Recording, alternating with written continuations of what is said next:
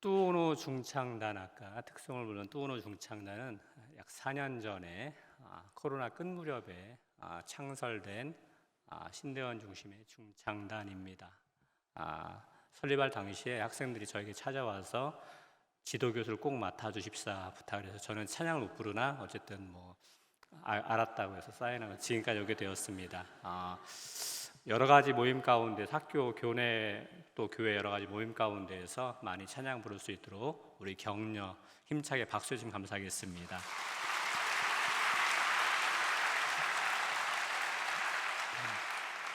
말씀 제목 기적이 많은 자리에 이렇게 정해 보았습니다.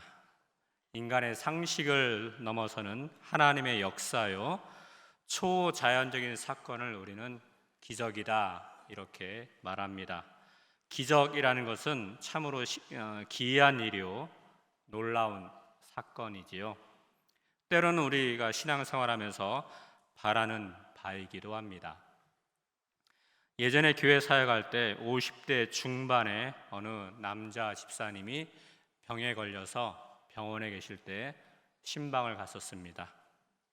체구도 좋으신 분인데 저를 보자마자 침대에서 내려와서 무릎을 턱 꿇고 이렇게 얘기합니다. 목사님, 저 좀 살려주십시오. 저 아직 하나님이 많이 할 일이 많이 있습니다. 저 좀 꼭 좀 살려주십시오. 얼마나 간절했으면 그 체구도 좋으시고 저보다 연배가 많으셨던 집사님이 무릎 꿇고 저에게 간절하게 두 손 잡고 부탁을 했겠습니까? 목사로서 저도 하나님께 간절히 기도했습니다. 이분에게 기적이 임하여서 병원에서 퇴원하기를 하나님께 간절히 기도했습니다.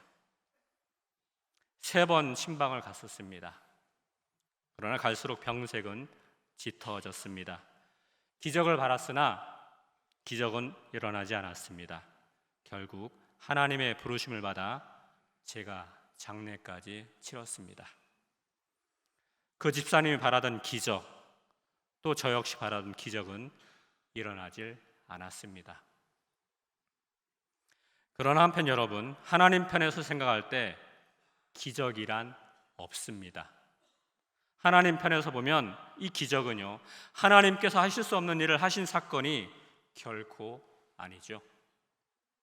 하나님께는 자연스러운 모든 일들이 다 자연스러운 일입니다. 그분의 권능 아래 있고 우리 인간에게는 불가능해 보이는 일도 우리 하나님께서는 너무나도 자연스러운 일이기 때문에 하나님의 입장에서는 기적이란 있을 수 없습니다. 그러므로 기적은요, 하나님 편에서 이상한 사건이 아니라 하나님을 작은 틀 안에 가두어 생각하는 우리 인간이 하나님의 살아계심을 새롭게 목격하는 사건, 이것을 기적이다 이렇게 말씀할 수 있습니다. 하나님 편에서는 모두가 다 자연스러운 일이요 지극히 당연하고도 평범한 사건일 뿐입니다. 다만 우리 인간 편에서 생각할 때 그것이 기적이고 놀라운 사건인 것이죠.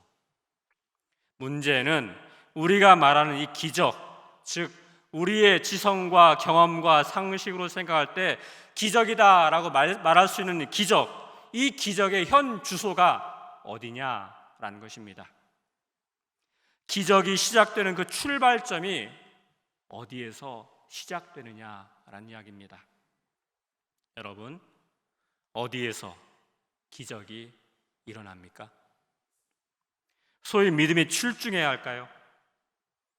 기도를 정말 뜨겁게 하면서 40일 금식 기도해야지 기적이 일어날까요? 기적이라고 해서 아무 곳에서나 나타나는 것은 아니겠죠. 그렇다면 우리 하나님께서는 어떤 상황 가운데서 어느 곳에서 우리가 생각하는 그 기적을 베푸실까요? 오늘 보면 사도행전 16장에도 하나의 기적 이야기가 나옵니다.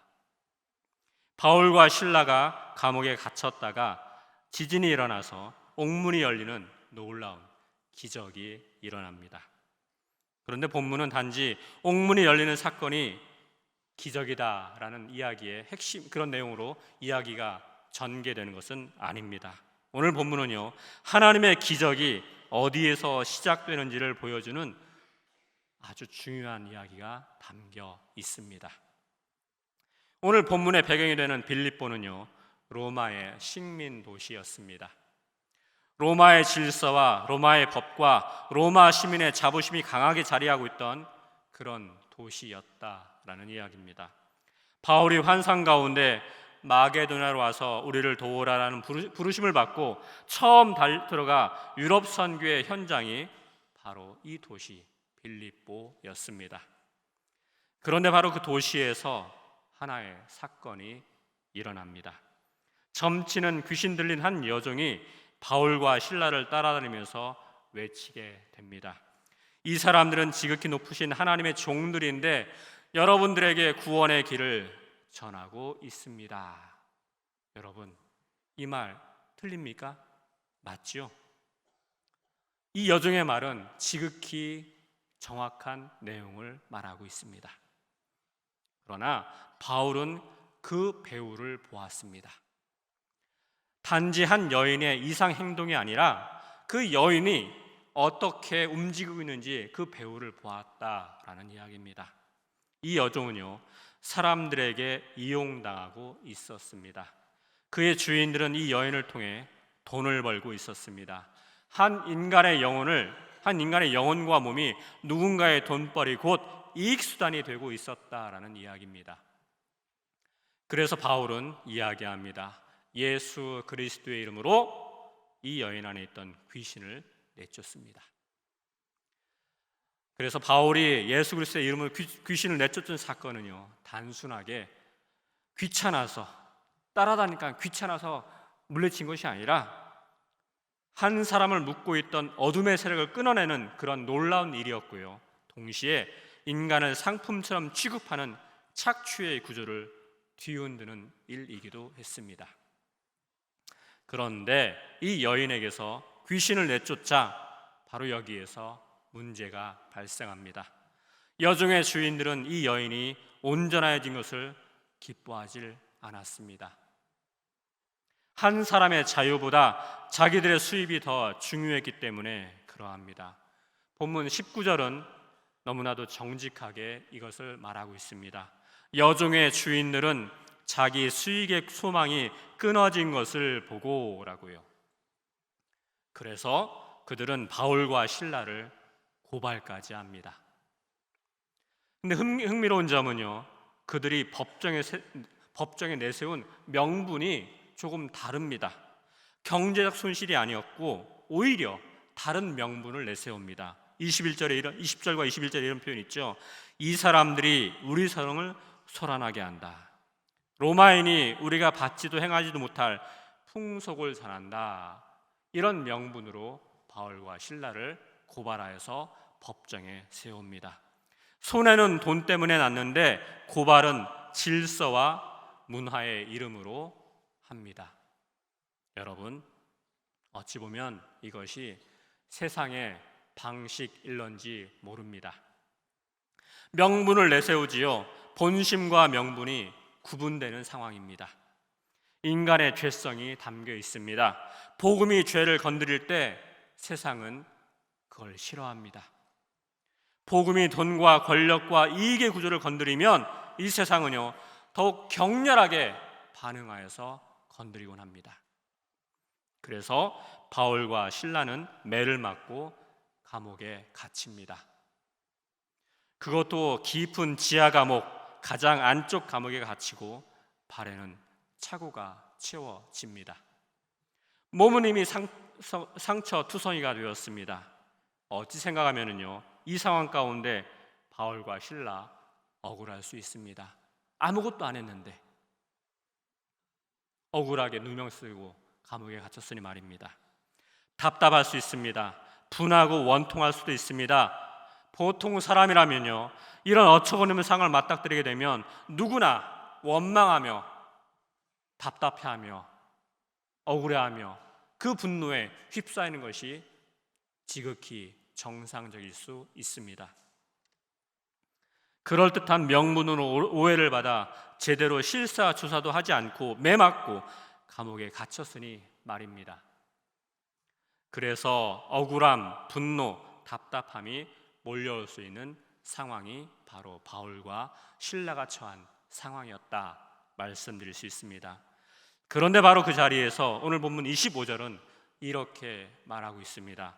한밤중에 바울과 실라가 기도하고 하나님을 찬송하며 죄수들이 듣더라. 여러분, 바울과 실라가 지하 감옥에서 기도하고 하나님을 찬미했다라고 얘기합니다. 기뻐서 찬송을 불렀을까요? 매맞이게 너무 기뻐. 그래서 찬송 불렀을까요? 그렇지 않죠.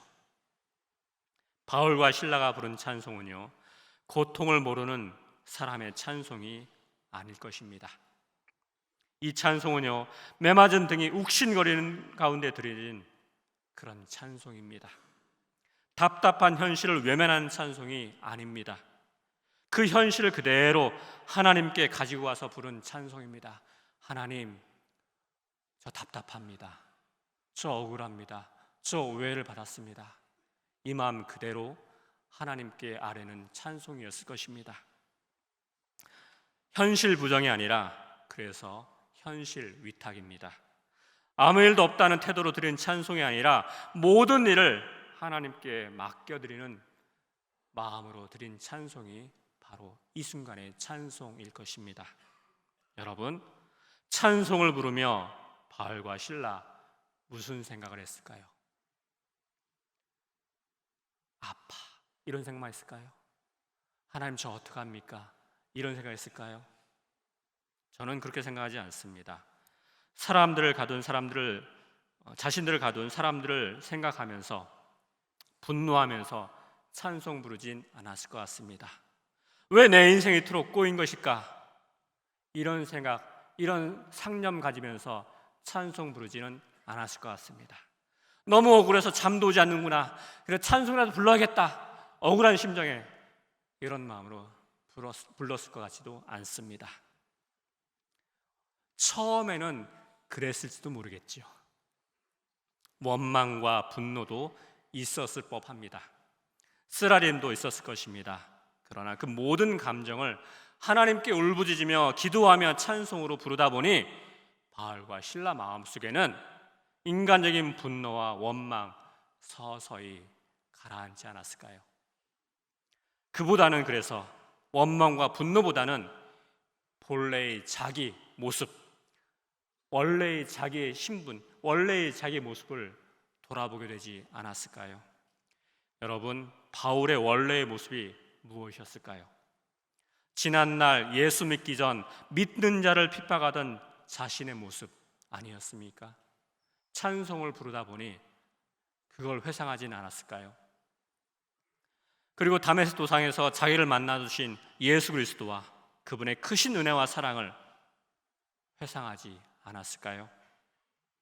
한마디로 신앙의 출발점을 회상하지 않았을까라는 생각해 보게 됩니다. 여러분, 바울의 인생을 가만 보면은요, 그 인생 전체를 관통하는 하나의 신앙 고백이 있습니다. 평생 복음을 전한 바울의 일관된 신앙 고백을 우리는 디모데전서 1장 15절에서 만나볼 수 있습니다. 제가 읽어드리겠습니다. 믿보다 모든 사람이 받을 만한 이 말이여, 그리스도 예수께서 죄인을 구원하시려고 세상에 임하셨다 하였도다. 죄인 중에 내가 괴순이라. 여러분, 디모데전서는 바울이 임종을 얼마 남기지 않은 상태에서 감옥에서 썼거나 아니면 바울의 죽음을 지켜보던 제자들이 바울이 했던 말을 받아 쓴 내용입니다. 어쨌든 바울 인생의 말년과 관련해 있는 서신서입니다. 여러분, 바울은요, 인생 말년에 자신의 삶을 돌아보며 기억에 남는 수많은 사건들과 이야기들이 많았을 것입니다. 복음 전하다가 죽을 뻔한 일이 생각날 수도 있었을 것이고, 하나님한테 서운했던 것도 생각날 수 있었을 것이고, 억울했던 일도 떠올랐을 것입니다. 그러나 그 모든 상념들을 다 뒤로 하고 바울의 입에서 나온 한마디는 딱 하나였습니다. 죄인 중에 내가 괴순이라.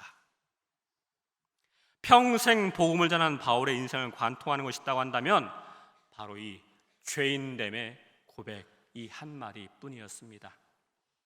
고난과 핍박의 상황, 원망의 상황, 허전함과 섭섭함이 몰려든 상황에서 인생 말년을 이렇게 감옥에서 보내는 상황에서도 바울이 낙심하지 않았던 것은 바로 이 일관된 신앙 고백이 있었기 때문에 가능하지 않았을까요?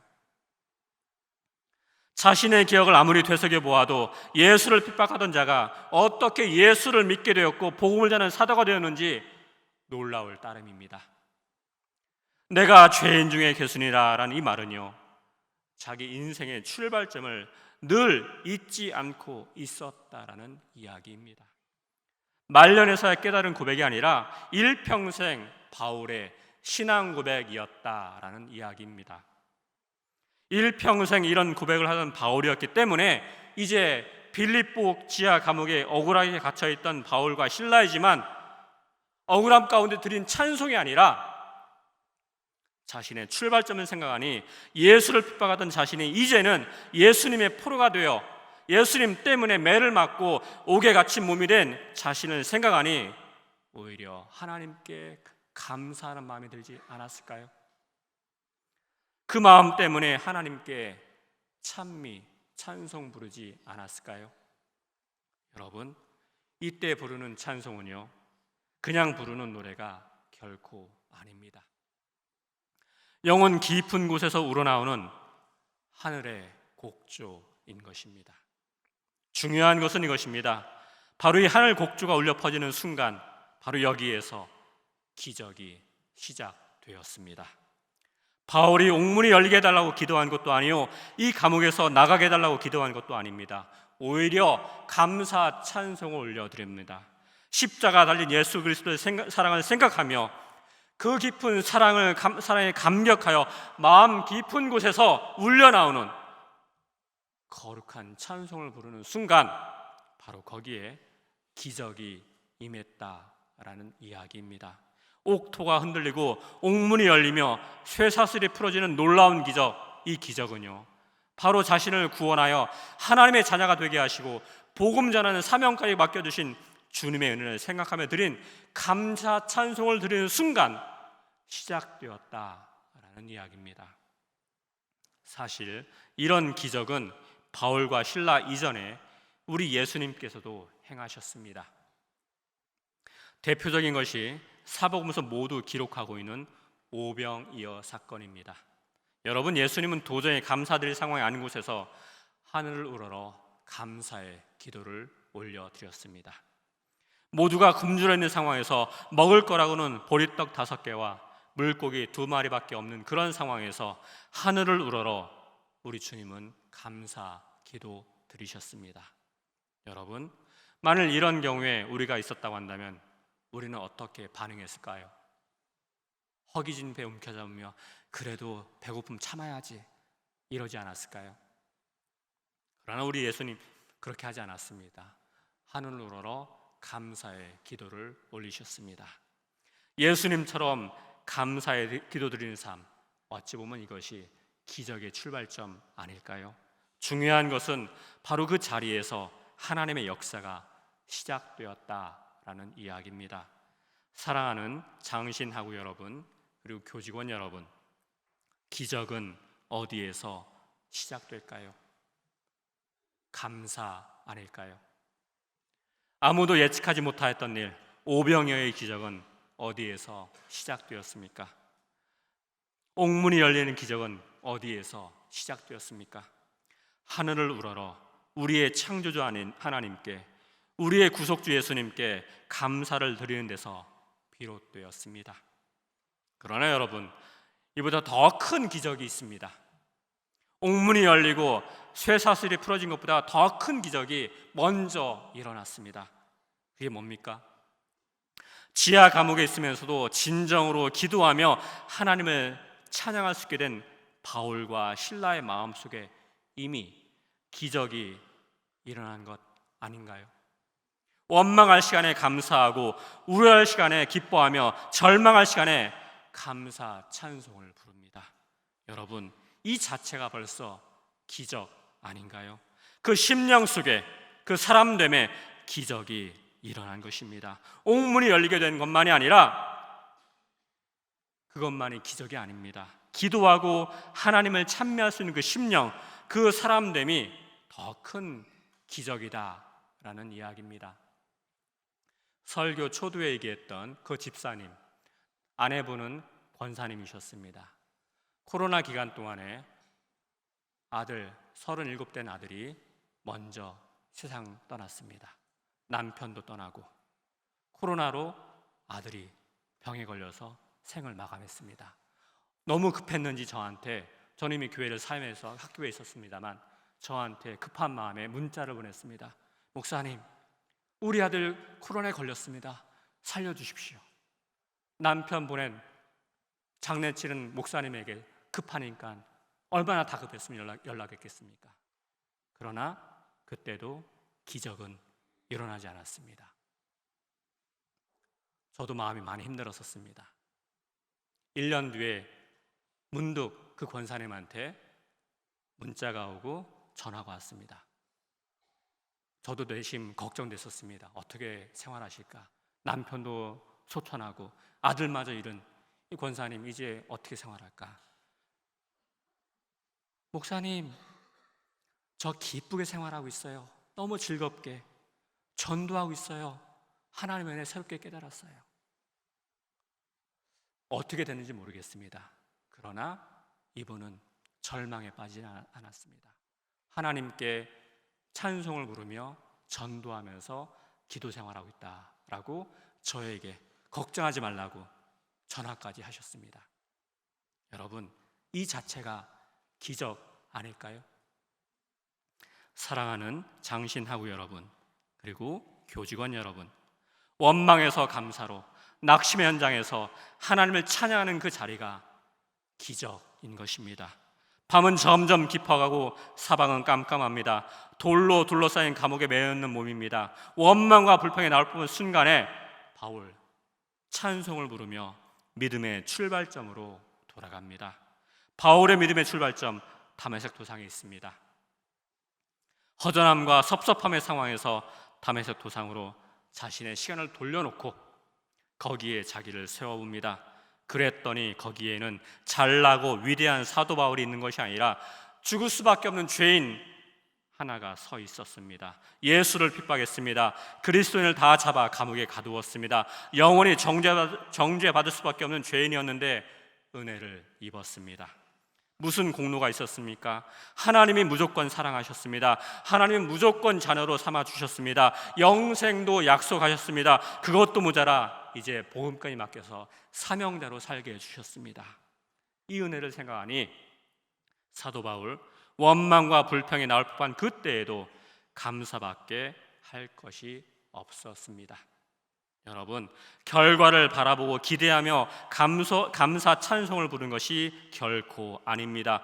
복음의 증인으로 살다가 감옥에 갇힌 그 자체가 감사하여 기도하며 하나님께 감사 찬송을 드리는 그 모습, 이 자체가 이미 기적이다라는 이야기입니다.